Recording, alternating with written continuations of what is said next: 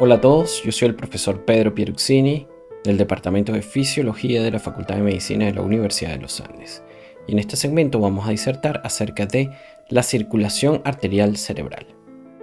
Primero que todo, veremos el origen de las arterias que distribuyen la sangre hacia el cerebro. Ahondaremos en los distintos circuitos. Posteriormente, haremos una pequeña descripción sobre su trayectoria hasta llegar a la base del cráneo.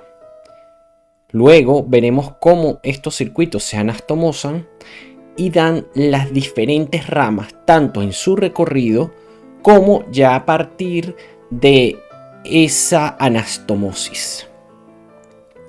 Posteriormente veremos la microarquitectura de los vasos sanguíneos cerebrales y cómo dichos vasos sanguíneos van penetrando el parénquima cerebral hasta llegar a los capilares.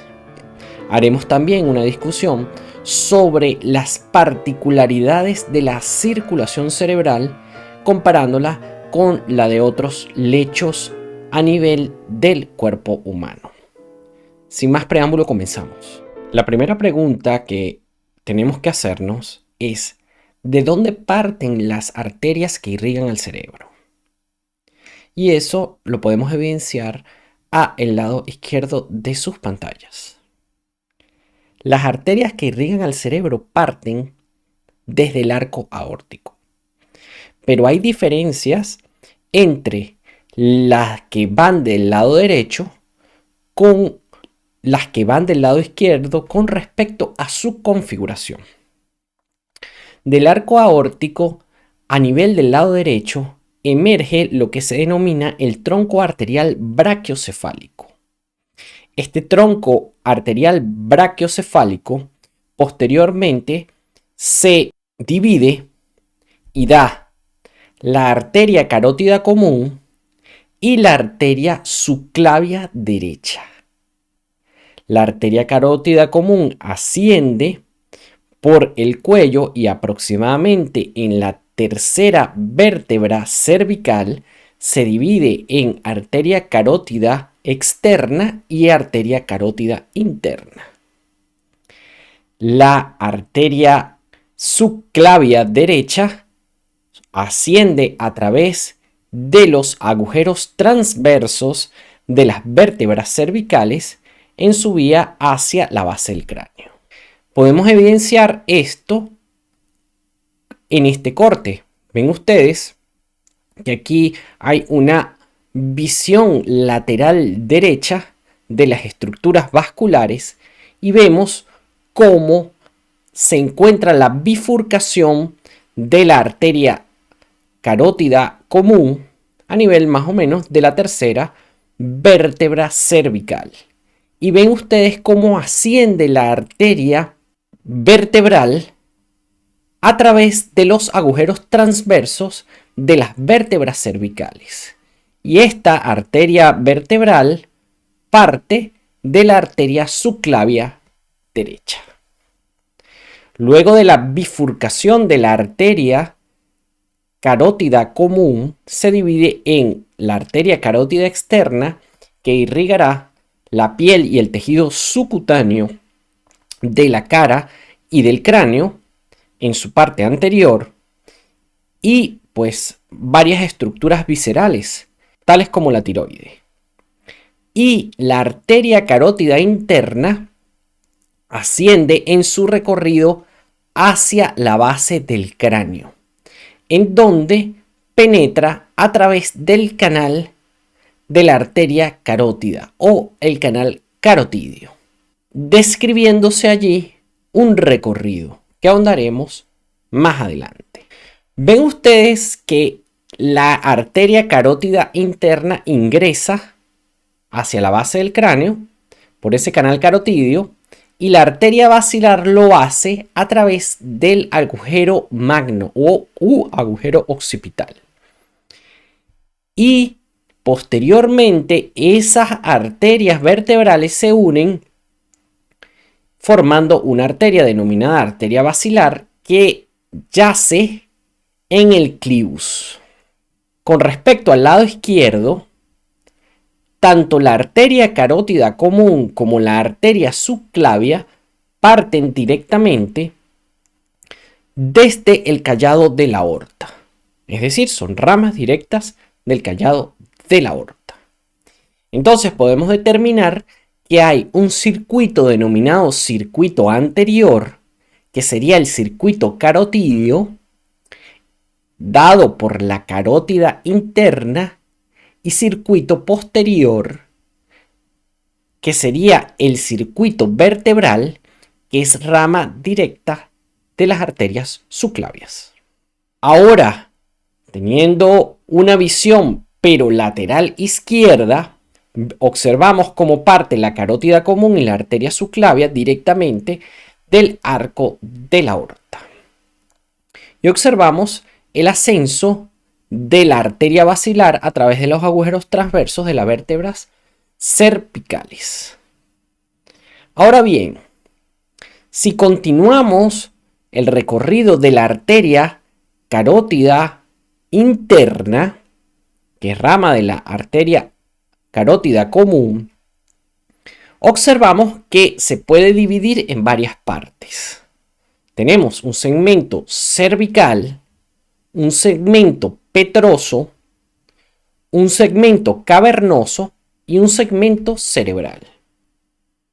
Los neurocirujanos la dividen en 7 segmentos, pero para nuestra descripción es suficiente la división en estos segmentos, es decir, la parte cervical, que es la que está en relación con el cuello, la parte petrosa, que es de donde ingresa al cráneo y se introduce a través del agujero de la carótida, y dentro de esa porción petrosa del hueso temporal emerge luego dentro del seno cavernoso, y allí describe una S itálica que se denomina el sifón carotídeo, para luego penetrar a nivel de las meninges e ingresar al cerebro como tal, describiendo lo que se denomina la parte cerebral. Si ustedes se dan cuenta, en todos estos segmentos, la arteria carótida interna da ramas.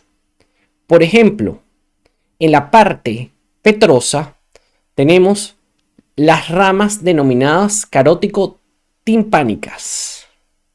A nivel de la parte cavernosa tenemos, por ejemplo, las ramas meningias, tenemos las ramas hipofisarias, tenemos las ramas trigeminales.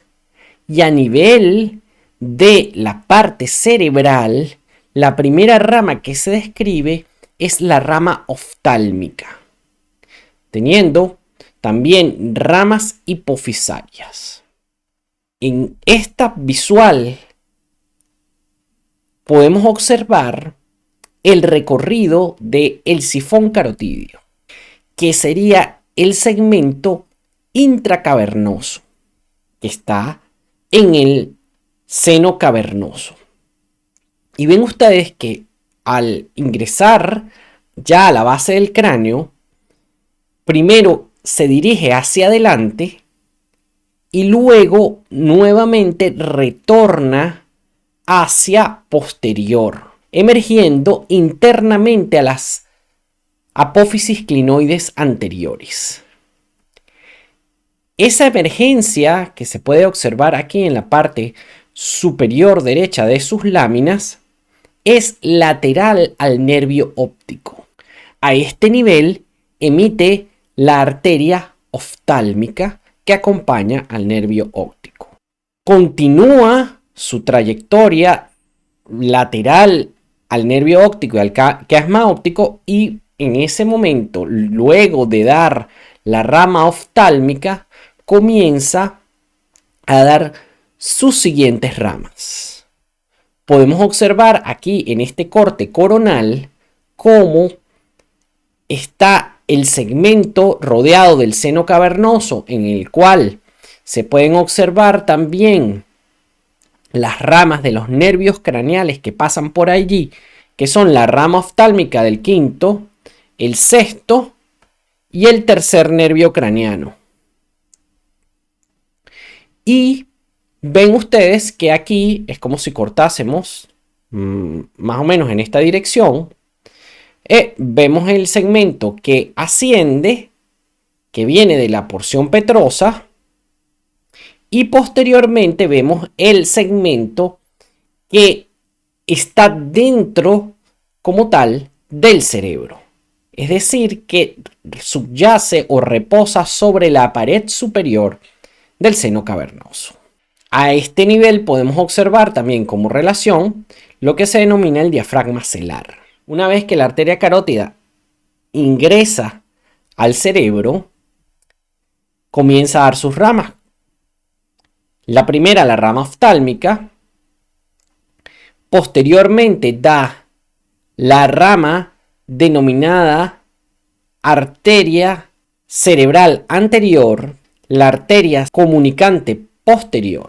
Y antes de dar la comunicante da una rama que se denomina la arteria coroidea anterior. Estas ramas de la arteria carótida se unen hacia posterior con el circuito posterior. ¿Y qué sucede en el circuito posterior? La unión de las dos arterias vertebrales generan lo que se denomina la arteria basilar, que aquí podemos ver su relación directa con el clivus. Posteriormente, esta arteria basilar se bifurca y da dos ramas, que son las arterias cerebrales posteriores. Esas arterias cerebrales posteriores se unen con la comunicante posterior dada por la rama de la arteria carótida interna y forma una estructura que se denomina polígono de Willis o círculo arterial cerebral. Y está dado dicho polígono por las arterias comunicantes posteriores, las arterias cerebrales anteriores, las arterias comunicantes anteriores, que es una rama de ambas arterias cerebrales anteriores que las une entre sí, y las arterias cerebrales posteriores por detrás. Este círculo permite que tanto la circulación posterior como la circulación anterior estén anastomosadas. Y en el caso que exista alguna obstrucción de alguna de esas ramas que forman ese círculo arterial o polígono de Willis, puedan las anastomosis garantizar el flujo hacia la parte que pudiese estar obstruida. Esto asegura el mantenimiento del flujo arterial en el cerebro. Cabe destacar en este momento que hay muchas variaciones, sobre todo en el diámetro de las arterias comunicantes, tanto anteriores como posteriores, y que en algunos casos la diferencia en esos calibres las hacen más o menos eficiente, garantizando el flujo en cualquier situación de obstrucción. En el lado izquierdo de sus pantallas podemos observar una vista de la base del cerebro en donde se evidencia la vascularización del mismo con tanto los circuitos anteriores como los circuitos posteriores. Primeramente vamos a describir el circuito posterior. Observamos las arterias vertebrales, que son ramas de las arterias subclavias, tanto derecha como izquierda. Estas arterias vertebrales ascienden a través del bulbo raquídeo. Anteriormente, las relaciones de ellas son con el clivus. Estas arterias vertebrales dan ramas que irrigan tanto al bulbo raquídeo como a la médula espinal. Las ramas que dan son las arterias medulares posterolaterales, que son estas ramas que vemos que son de corto calibre a ambos lados. Esas arterias se van a situar a nivel de los surcos posterolaterales de la médula espinal y van a descender y van a dar la irrigación a todo lo que es la parte posterior de la médula espinal. Esos surcos posterolaterales, si lo recuerdan, en las clases de la neuroanatomía medular, estaban en relación con las astas posteriores de la médula. También va a dar unas ramas anteriores que se van a unir y van a confluir, y a partir de esa unión se va a generar la arteria medular anterior, que se posará sobre la hendidura medular anterior. Por supuesto, irrigará pues las astas anteriores de la médula espinal. Con respecto a los circuitos medulares, haremos al final de la clase ciertas precisiones, ya que si ustedes pueden observar, estas arterias son de un calibre bastante pequeño y no son suficientes para llevar la sangre hacia todos los segmentos de la médula espinal. Continuando con nuestra descripción, luego de esas arterias medulares posteriores, emergen unas arterias que se denominan las arterias cerebelosas postero-inferiores y emergen a cada lado. Estas arterias cerebelosas postero-inferiores van a irrigar la cara inferior del cerebelo, como lo pueden observar aquí. Continúan las arterias vertebrales en su ascenso y a nivel del surco pontobulbar se fusionan y forman lo que se denomina la arteria basilar. Allí mismo, a nivel de este surco, o cercano a él, se emite otra segunda rama, denominada arteria cerebelosa antero-inferior. Esta arteria cerebelosa antero-inferior irrigará fundamentalmente la cara anterior del cerebelo. Y recuerden ustedes que en esa cara anterior del cerebelo están el flóculo, el nódulo, y también va a irrigar partes laterales de ese cerebelo. Continuando con el recorrido, posterior a la unión, se formará a nivel de la protuberancia anular lo que se denomina la arteria basilar. La arteria basilar dará a ese nivel varias ramas pontinas que irrigarán el puente. Y posteriormente va a dar ya hacia nivel superior, llegando hacia el mesencéfalo, las ramas de las arterias cerebelosas superiores.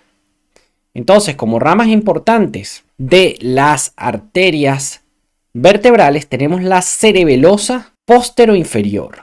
Ya de la arteria vertebral tenemos las cerebelosas antero-inferiores. Y también en la parte superior tenemos la cerebelosa superior. Si ustedes observan, estas arterias cerebelosas rodean en cada parte las estructuras del tallo cerebral. Y no solo van a aportar riego sanguíneo al cerebelo, sino que van a contribuir con la irrigación de el bulbo raquídeo, la protuberancia anular y también el mesencéfalo. Obstrucciones en estas arterias, dependiendo de cuál sea, darán varias sintomatologías clínicas que nombraremos finalizando la discusión. Luego de que se emite esa rama cerebelosa superior, la arteria basilar se divide y se divide en dos ramas denominadas arterias cerebrales posteriores, y es la que observamos aquí.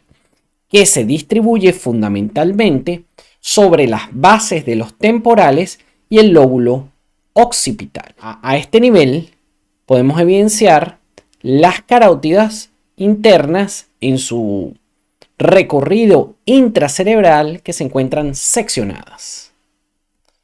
Y esas carótidas internas podemos observar las ramas que ya nombramos en las láminas pasadas. Una rama que en este momento no la podemos observar, que sería la arteria oftálmica, que tendríamos que observarla desde otro ángulo.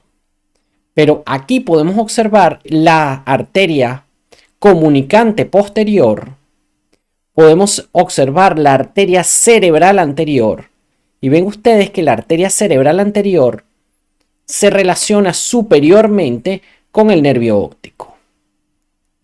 Podemos observar también la comunicante anterior que comunica las dos arterias cerebrales anteriores y podemos observar cómo la arteria cerebral anterior se distribuye a nivel de la hendidura sagital del cerebro. También podemos observar esta arteria que parte directamente sobre la arteria carótida, que sería la coroidea anterior, y seguidamente a ella está otra arteria que la podemos observar aquí luego de seccionar esta región del lóbulo temporal, que es la arteria cerebral media.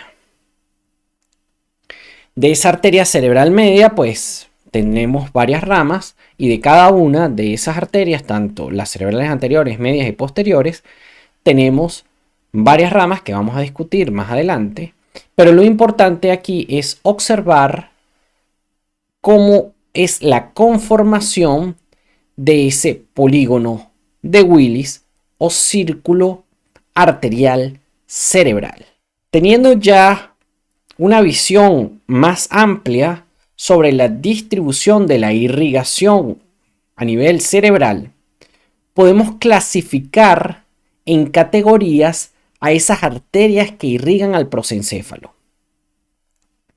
Entonces, las arterias del prosencéfalo proceden del círculo arterial del cerebro o polígono de Willis y de las diferentes arterias cerebrales. Y se dividen en tres categorías. Número 1, arterias corticales o de las circunvoluciones. Número 2, arterias centrales o de los núcleos basales. Y número 3, arterias coroideas. La primera arteria que vamos a describir va a ser la arteria cerebral anterior. La arteria cerebral anterior es rama de la arteria carótida interna en su segmento intracerebral. Observen ustedes cómo emerge esa arteria cerebral anterior y dijimos que la relación directa era superior a los nervios ópticos. Esa arteria cerebral anterior va a dar unas ramas a cada lado y van a formar la arteria comunicante anterior. Posteriormente va a dar varias ramas. La primera rama que se describe es una arteria denominada arteria basal frontal medial o también se le denomina arteria órbito frontal y esa se va a situar a nivel de la porción orbitaria de los lóbulos frontales. Esa arteria cerebral anterior, luego de dar esa rama, asciende y busca la rodilla del cuerpo calloso. Y a ese nivel, antes de llegar a la rodilla del cuerpo calloso, emite otra rama denominada arteria frontopolar. Luego, al llegar a la rodilla del cuerpo calloso, la arteria cerebral anterior se adosa como si se adosara a la forma de ese cuerpo calloso y discurre a través de ese surco denominado surco pericalloso, denominándose la arteria pericallosa, y recorre todo el cuerpo calloso prácticamente hasta llegar al esplenio. pero da ramas hacia la parte donde se encuentra el lóbulo cuadrado, o también se le denomina el precuneus. Esta arteria que se dirige hacia el esplenio del cuerpo calloso se anastomosa con el circuito posterior, es decir, el circuito de la cerebral posterior.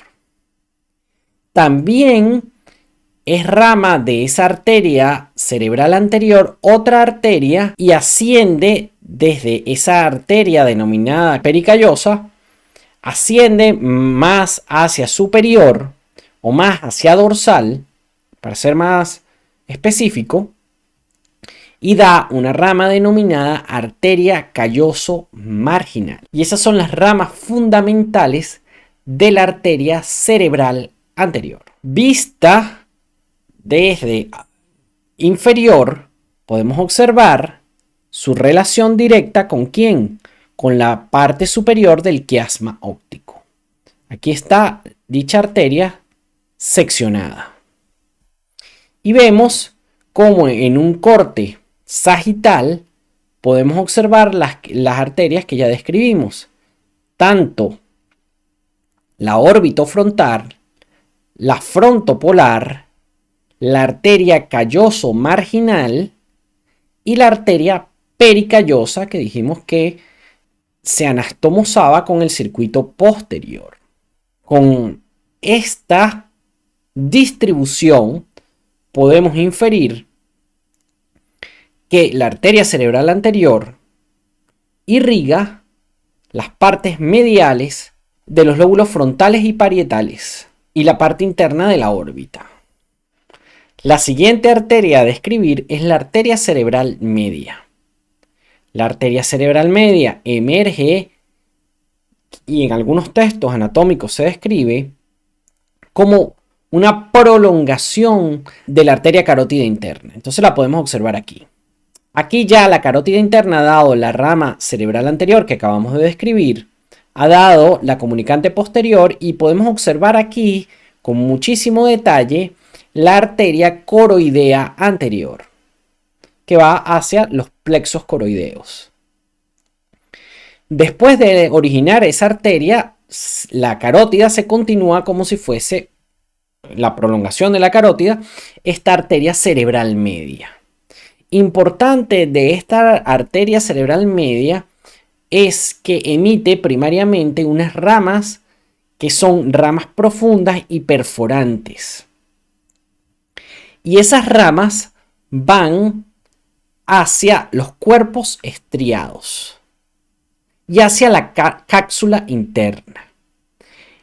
Y perforan o se meten por los agujeros que nosotros describimos como la sustancia perforada anterior. Esas arterias van entonces a irrigar los núcleos profundos del cerebro. Seguidamente, esta arteria cerebral media ronda el surco lateral y rodea también el limen de la ínsula. Se introduce o recorre lo que se denomina el valle silviano. Si ustedes se dan cuenta, en este nivel podemos observar como si existiese una distribución superior y una distribución inferior de esa arteria cerebral media, como si fuesen unas ramas superiores y otras ramas inferiores. De esta parte superior de la arteria cerebral media emergen todas las arterias que van a los surcos, tanto de la parte frontal como del lóbulo parietal. Y observamos una arteria denominada la arteria frontal lateral. Y luego tendríamos las de los surcos. Entonces tendremos la arteria del surco precentral, la arteria del surco central y la arteria del surco poscentral. Hacia la parte inferior vemos que las arterias que se emiten hacia el lóbulo temporal, hacia la convexidad del lóbulo temporal, no siguen la misma distribución que siguen las arterias de los surcos. que se emiten hacia el lóbulo frontal y parietal, sino que los atraviesan perpendicularmente. Y entre esas arterias tenemos la arteria temporal anterior, la arteria temporal media y la arteria temporal posterior. Y como muy importante, tendremos una arteria denominada la arteria angular. Esta arteria angular va hacia el área de Wernicke. Y también tenemos una rama denominada la arteria parietal posterior. Aquí lo podemos observar en este diagrama. Entre las ramas, las cuales son penetrantes, tenemos las ramas denominadas arterias lentículo-estriadas, que penetran por la sustancia perforada anterior e irrigan las estructuras correspondientes a la cápsula interna y aparte del cuerpo estriado.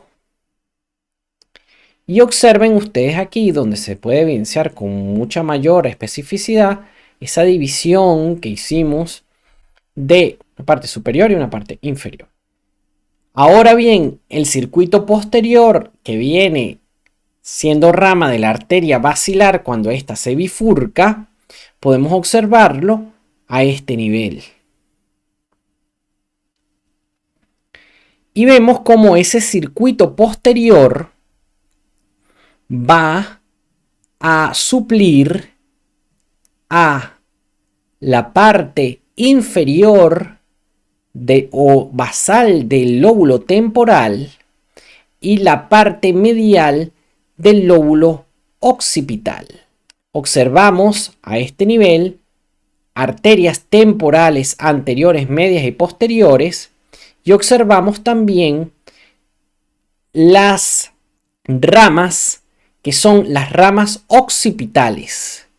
Tenemos una rama occipital medial y una rama occipital lateral. Dichas ramas van a irrigar los lóbulos occipitales, es decir, la cuña, que lo podemos observar aquí. También irrigarán todo lo que es la corteza parahipocámpica y todo lo que se conoce como la quinta circunvolución temporal. En este corte podemos observar cómo es la distribución de la unión de tanto el circuito posterior con el circuito anterior, y tenemos unas ramas que son las ramas de la carótida externa, que son las arterias meningeas. Por ejemplo, aquí está la arteria meningea media. Podemos observar en esa circulación posterior las ramas cerebelosa postero-inferior y las ramas cerebelosas superior. Ven ustedes que la cerebelosa antero-inferior aquí está seccionada. Es muy importante que observarlo desde este corte sagital, debido a que se puede apreciar que esta arteria cerebelosa postero-inferior es posterior con respecto a esta que es anterior, que si bien en un corte frontal no se puede evidenciar su ubicación exacta.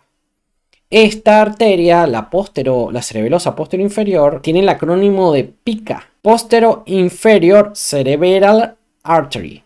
Y la otra tiene el acrónimo de AICA, Antero Inferior Cerebral Artery. Y podemos observar también la cerebelosa superior. Y vemos cómo la postero inferior se va hacia la cara inferior del cerebelo y la superior va hacia la cara superior del cerebelo. Y esta iría hacia la cara anterior del cerebelo. Observando de lado la circulación posterior, podemos observar la arteria basilar, que está en relación con la protuberancia anular y el clivus, y podemos observar la arteria cerebelosa superior, la arteria cerebelosa antero-inferior y la arteria cerebelosa postero-inferior. Y podemos observar también el circuito posterior. en el cual estarían las arterias occipitales, mediales y laterales. Con respecto a los territorios de irrigación, teniendo en cuenta la descripción somera que hicimos en las láminas anteriores, podemos evidenciar que la arteria cerebral anterior irrigaría todo lo que es lóbulo frontal parietal a nivel de la parte media del cerebro y también hacia la parte superior o el borde superior de esos lóbulos frontales y parietales. La arteria cerebral media irrigaría todo lo que es lóbulo frontal, parietal y temporal a nivel de la convexidad del cerebro.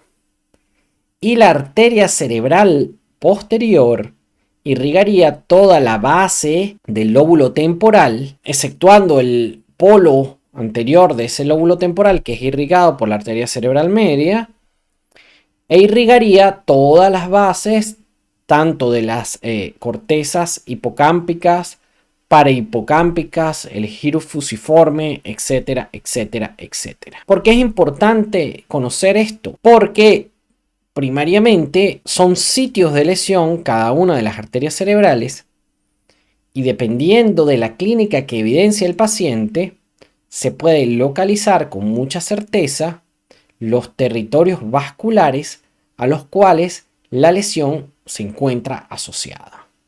Y eso lo tienen que conocer ustedes. Nuevamente, los territorios de irrigación de cada una de las arterias para que lo tengan en cuenta.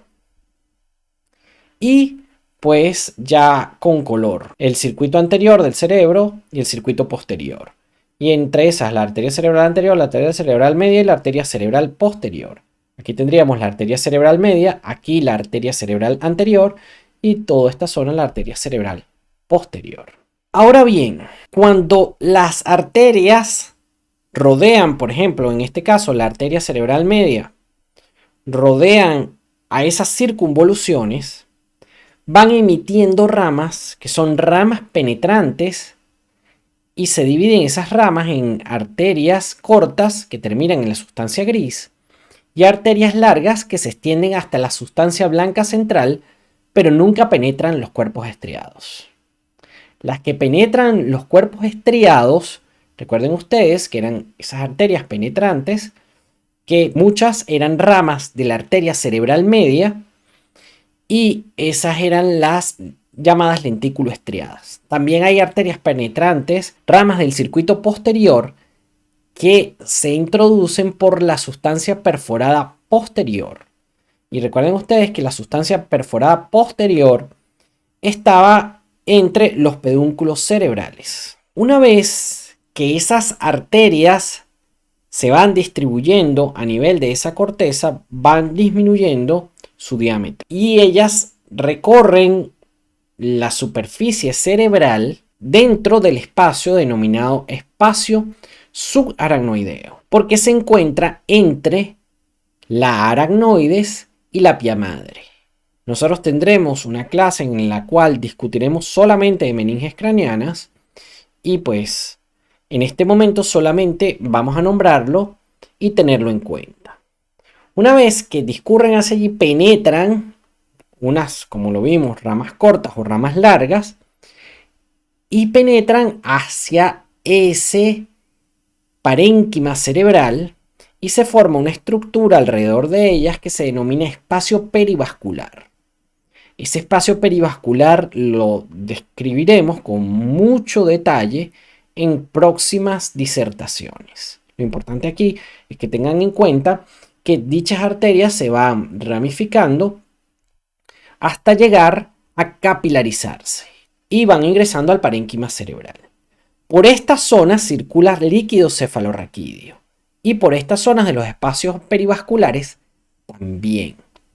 Y vean ustedes que progresivamente esas arterias primero van a estar recubiertas por la membrana más interna de las meninges, que es la pia madre, y posteriormente ese recubrimiento de pia madre se pierde y solamente quedarán separadas del parénquima cerebral por la membrana basal, unas células que se denominan pericitos, y por la glía limitante, que discutiremos más adelante.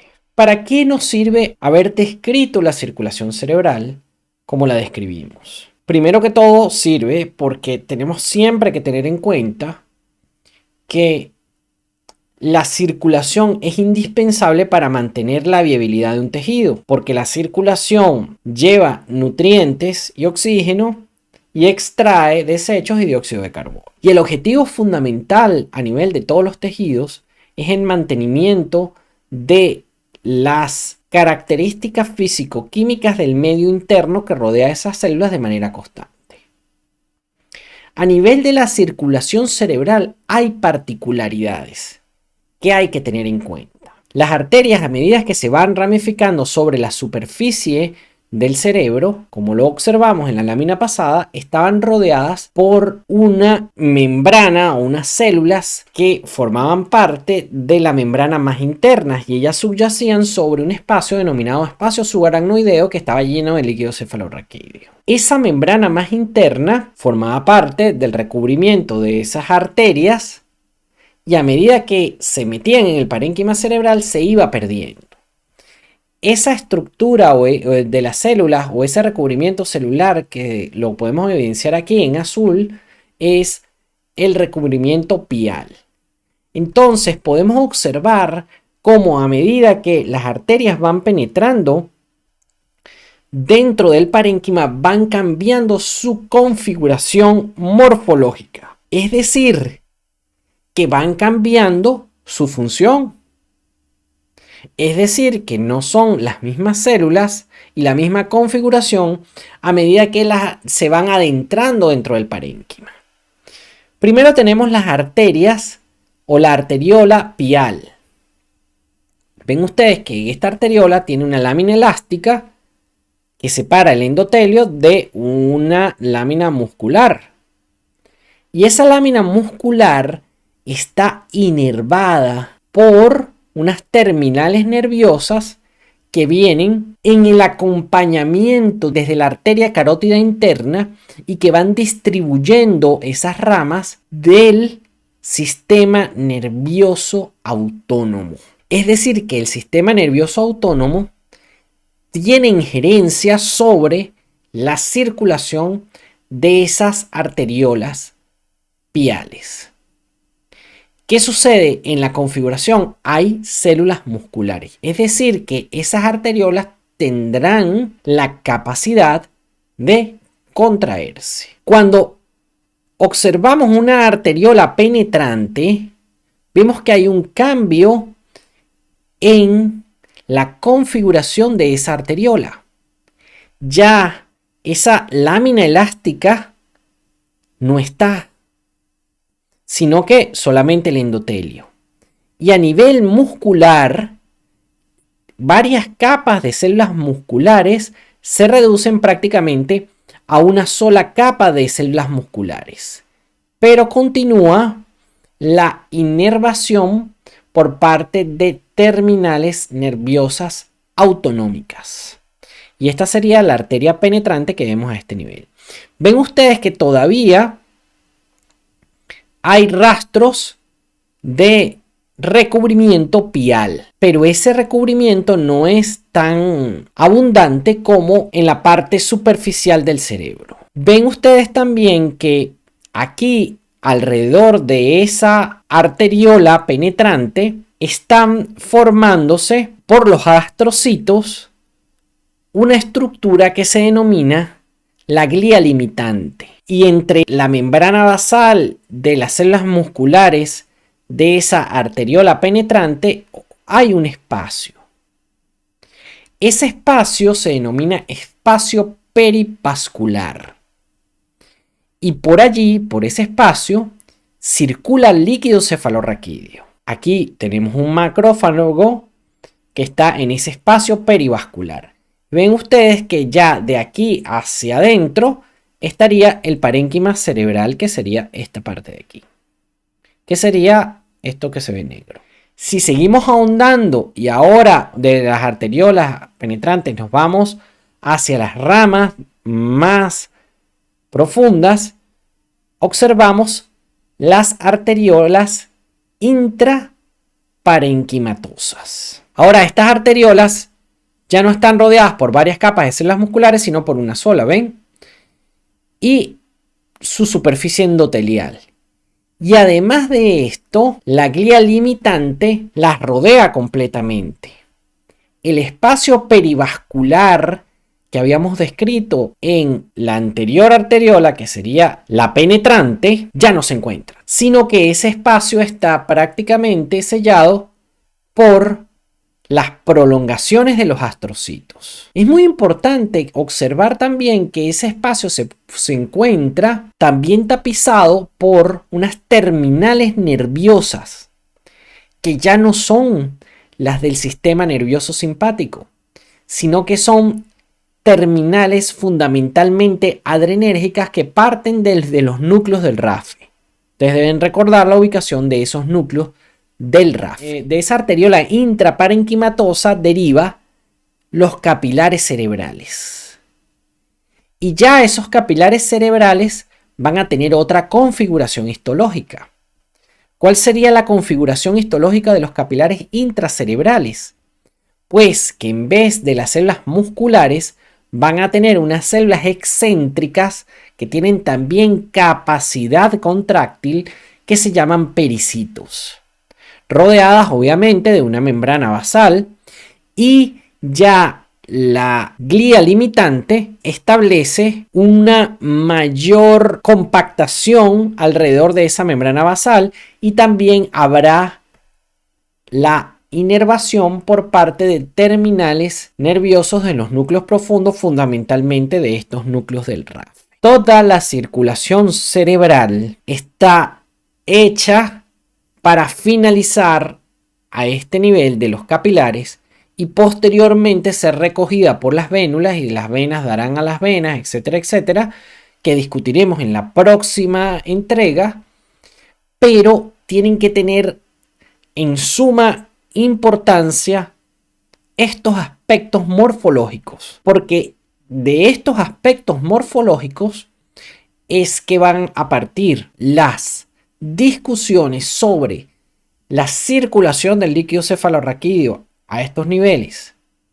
Un sistema que fue descrito y que ha estado en boga en reciente tiempo, denominado sistema linfático, y esto nos permitirá describir con muchísimo detalle cómo se mantienen las características físico-químicas del medio interno a nivel del cerebro.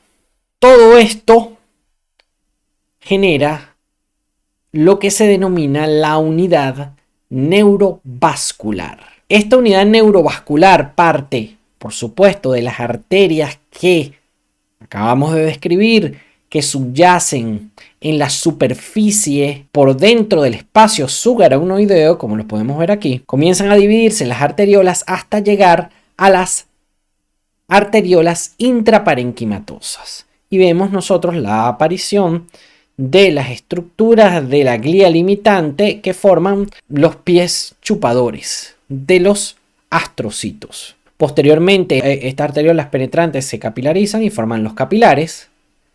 Los capilares se recogen nuevamente en las vénulas formarán las venas, y las venas pues drenarán en los senos venosos y después finalmente en la yugular interna. Es importante también entender que primero en estas arteriolas, que ya las discutimos, todas las capas que tenían, primero la capa endotelial, luego la de las membranas basales, luego de las células musculares, luego de las membranas basales de esas células musculares, y alrededor de ellas se formaban esos espacios perivasculares que también se denominan espacios de Virchow-Robbins, por los cuales circulaba líquido cefalorraquídeo. Todo este andamiaje se describe como la unidad neurovascular. Importante también tener en cuenta que el endotelio de esas células a nivel de los capilares cerebrales forman barreras, y eso es lo que se denomina la barrera hematoencefálica. que discutiremos también con mucho detalle en una sección aparte. Y luego recogido en vénulas y luego en venas, que también tendrán su estructura histológica específica. Finalmente, describimos la distribución del sistema vascular en el parénquima cerebral, donde ven ustedes hay una amplia red a nivel de anastomosis a ese nivel, y vale la pena describir en este momento que la circulación cerebral es centrípeta, muy diferente a la de la mayoría de los órganos periféricos, que es centrífuga. ¿A qué me refiero? Observando toda la histología anteriormente planteada de los lechos vasculares, vemos que las arterias penetran desde la periferia hacia el centro. Y luego la sangre se recoge desde el centro hacia la periferia. Contrariamente a lo que puede ser, por ejemplo, la circulación nutricia de cualquier órgano, que va desde el centro hacia la periferia. Entonces, ¿qué sucederá? Las zonas menos favorecidas por los nutrientes van a ser las zonas que estén más profundas. Y esas zonas van a ser zonas limítrofes, en las cuales, cuando haya un proceso de isquemia, que falte el riego sanguíneo, van a ser las zonas más afectadas a nivel cerebral. Finalmente, nos corresponde describir la irrigación de la médula espinal, que ya sabemos que vienen desde las arterias vertebrales, y que de esas arterias vertebrales parten tanto el circuito anterior, que va por la hendidura anterior, como los circuitos posteriores, que van por los surcos posterolaterales. Si recuerdan que yo les mencioné que esas arterias eran de muy pequeño calibre, no alcanzan, siendo de tan corto calibre, para suplir las necesidades metabólicas de todas las células que se encuentran en la médula espinal. Es por ello que hay varias anastomosis con esas arterias en cada segmento medular, que vienen, por ejemplo, de la aorta torácica, que parten hacia las arterias costales. Bueno, vienen los segmentos que irrigan a los nervios periféricos, y estos se anastomosan con esas arterias espinales, tanto posteriores como posterolaterales, y contribuyen con su irrigación. También así en segmentos torácicos y en segmentos lumbares y sacros. Vemos la distribución, como las arterias anteriores están en la hendidura anterior e irrigan los 2/3 de la médula espinal, y las posterolaterales están irrigando sobre todo los cordones posteriores y las astas posteriores. Todo esto hay que tenerlo en cuenta para entender primariamente cómo es el intercambio de nutrientes a nivel del parénquima nervioso o del neurópilo, y cómo alteraciones en el riego sanguíneo de estas arterias pueden provocar síndromes clínicos que pueden ser identificados con muchísima especificidad. Por ejemplo, podemos tener la diferencia entre obstrucciones entre el circuito anterior, es decir, el sistema carotídeo, y el circuito posterior, o el de la arteria vertebrobasilar. En el circuito carotídeo, como da las ramas de la cerebral anterior y la cerebral media, e irrigan fundamentalmente el lóbulo frontal, lóbulo parietal en su convexidad, van a ser afectados. Cualquier obstrucción en ellas, por ejemplo, va a generar hemiparesias, pérdidas de la sensibilidad de un lado del cuerpo, hemianomias homónimas, pérdidas de la visión monoocular y afasias. En el sistema vertebrobasilar, además de ello, pueden haber negligencias, hemiparesias, pérdidas de la sensibilidad en un lado del cuerpo. Pueden haber diplopías, disfagias, disartrias y desequilibrios. ¿Por qué? Porque irrigan a áreas del tallo cerebral. Si se afectan, por ejemplo, en los núcleos vestibulares, va a haber pérdida del equilibrio. Entonces hay desequilibrio e incoordinación.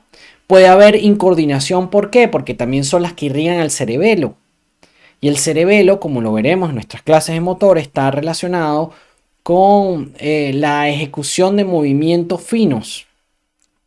Puede haber diplopía, ¿por qué? Porque allí están los núcleos de los pares craneales que controlan los movimientos oculares y coordinan la visión binocular. Al estar afectados estos núcleos pueden haber diplopías y pueden haber las hemiparesias también, porque por allí pasan las vías descendentes de las cortezas motoras para gobernar a las neuronas motoras que se encuentran en la médula espinal. También pueden haber pérdidas sensoriales porque por allí ascienden los tractos que van hacia el tálamo. Pero fundamentalmente esas son las diferencias. Todo esto ustedes lo verán, por supuesto, en sus clases de fisiopatología, pero de aquí se tienen que llevar claro por lo menos dónde se distribuye el flujo sanguíneo, que lo utilizaremos en nuestros próximos apartados. Como conclusiones tenemos: las arterias carótidas internas y las arterias vertebrales irrigan el encéfalo. Las arterias carótidas internas irrigan la mayor parte del cerebro. El sistema vértebro-basilar irriga el tallo encefálico, el cerebelo y la médula espinal. El polígono de Willis interconecta las carótidas con el sistema vértebro-basilar. Pequeñas arteriolas perforantes irrigan estructuras cerebrales profundas. Y a medida que las arteriolas van penetrando el parénquima cerebral, cambian su estructura histológica. Recuerden seguirnos en nuestro canal de YouTube Fisiología ULA, que pueden ser conseguidos también como @fisiologiaula. Suscribirse.